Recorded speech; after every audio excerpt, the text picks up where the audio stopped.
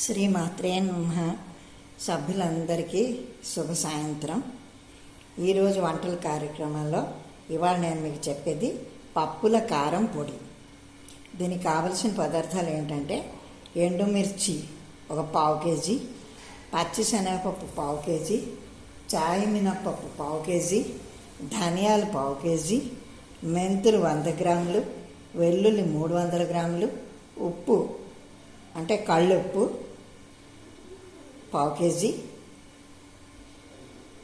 నూనె 100 గ్రాములు. ఇది తయారు చేసే విధానం: అన్ని దినుసులు నూనె లేకుండా మాడకుండా విడివిడిగా వేయించి విడివిడిగానే పొడి చేసుకోవాలి. ఉప్పు కూడా వేయించాలి. అన్నీ కలిపి మిక్సీలో పొడి చేయాలి.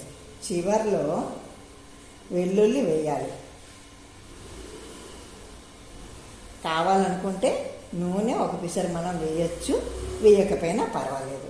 ఈ పొడి అన్నంలో కడుపు తిన్నా చాలా బాగుంటుంది, ఇడ్లీలో కూడా చాలా బాగుంటుంది. అందరికీ నచ్చిందని అనుకుంటున్నాను.